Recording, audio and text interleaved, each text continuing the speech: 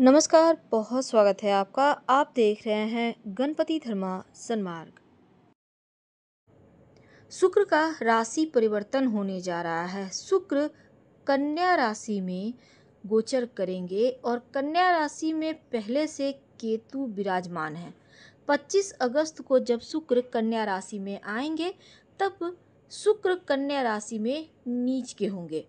अगर हम ज्योतिष की माने तो सभी ग्रहों की उच्च और नीच की स्थिति राशियां बताती हैं, लेकिन शुक्र का कन्या राशि में आना और साथ में केतु का साथ मिलना, वैसे तो शुक्र जीवन में ऐश्वर्य, रोमांस, धन धान्य, वैवाहिक सुख, वाहन सुख, भूमि सुख, भवन सुख सब देने वाला है, पर कन्या में आने के बाद वो 18 सितंबर तक कन्या में ही रहेंगे।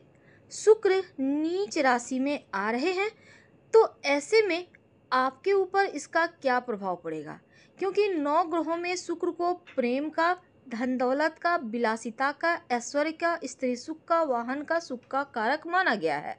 शुक्र हमें भौतिक सुख भी देता है। शुक्र को वीनस कहते हैं, वीनस जो सौंदर्य की देवी है। अब यहाँ प्रेम रोमांस के साथ जो 25 अगस्त से 18 सितंबर तक का वक्त है, जब केतु के साथ शुक्र की युति होगी, तो ये भ्रम देगा। भ्रम के कारण व्यक्ति सोचने समझने की शक्ति खो देता है। घटनाएं जो वास्तविक है या अवास्तविक वो देख नहीं पाता। भौतिक विलासिता से भी असंतुष्टि देता है जब शुक्र और केतु की युति होता है, क्योंकि दिशाहीन केतु प्रेम के ग्रह शुक्र को रिश्तों में विभिन्न दिशाओं में ले जाता है, संघर्ष, गलतफहमी करवाता है और आपको एहसास तक नहीं होने देता। यानी रिश्तों में भ्रम, अहंकार, झगड़े, लड़ाई देता है ये युति। भ्रम और माया का ग्रह केतु, भौतिक सुख के ग्रह शुक्र। तो शुक्र केतु योग वृश्चिक राशि के लिए एकादश भाव में शुक्र आ रहे हैं और यहाँ पर केतु बैठे हैं। तो शुक्र केतु की ये स्थिति, केतु पुण्य फलों का उदय करते हैं, लेकिन शुक्र कई बार लाभ के साथ व्यक्ति को हानि देने की अवस्था में आ जाते हैं। अब देखिए, इस समय लालच से बचना होगा, क्योंकि यहाँ पर प्रॉफिट तो होती है कार्यों से।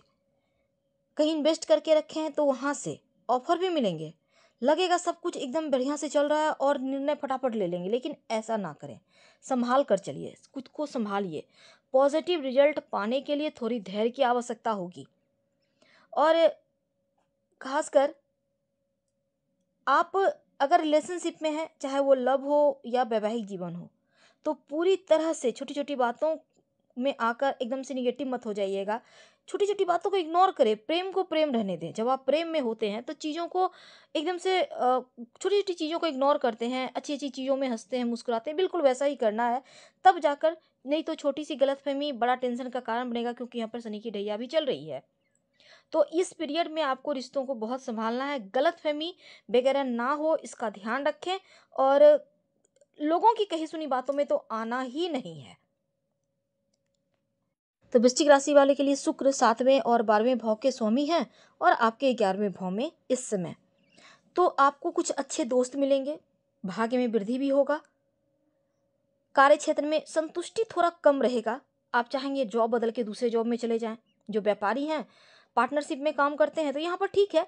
जीवन साथी के साथ तालमेल बनाकर चले, मीठी मीठी बातें करें, अच्छी अच्छी बातें करें।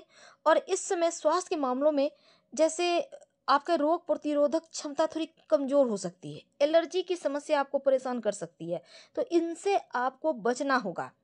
सकारात्मक प्रभाव, अचानक से धन प्राप्ति का योग बनेगा इस पीरियड में। और दूसरा, शुक्र का ये गोचर आपके लिए धन धान्य से जुड़ी थोड़ी सी समस्या भी देगा।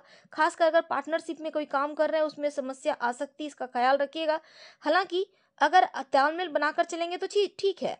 शेयर मार्केट में धन इन्वेस्ट करके रखा है, तब नजरें बनाए रखें, हानि हो सकता है। और किसी की बातें में आकर कहीं भी धन इन्वेस्ट ना करें, ना ही किसी को इस पीरियड में उधार दें, नहीं तो वो डूबना पक्का है, पैसा फंसेगा, आपको लॉस होगा। तो ये चीजें हो सकती है, इसलिए पहले से सतर्क रहने की आवश्यकता है। नई डील मिलने की हालांकि संभावना है, लेकिन सोच समझ कर आगे बढ़ें। जो युवा वर्ग है, जो लोग जॉब करते हैं, उनके सपने आने वाले दिनों में पूरे होंगे, लेकिन थोड़ा और मेहनत करें, प्रयास तेज कर दें। धन्यवाद।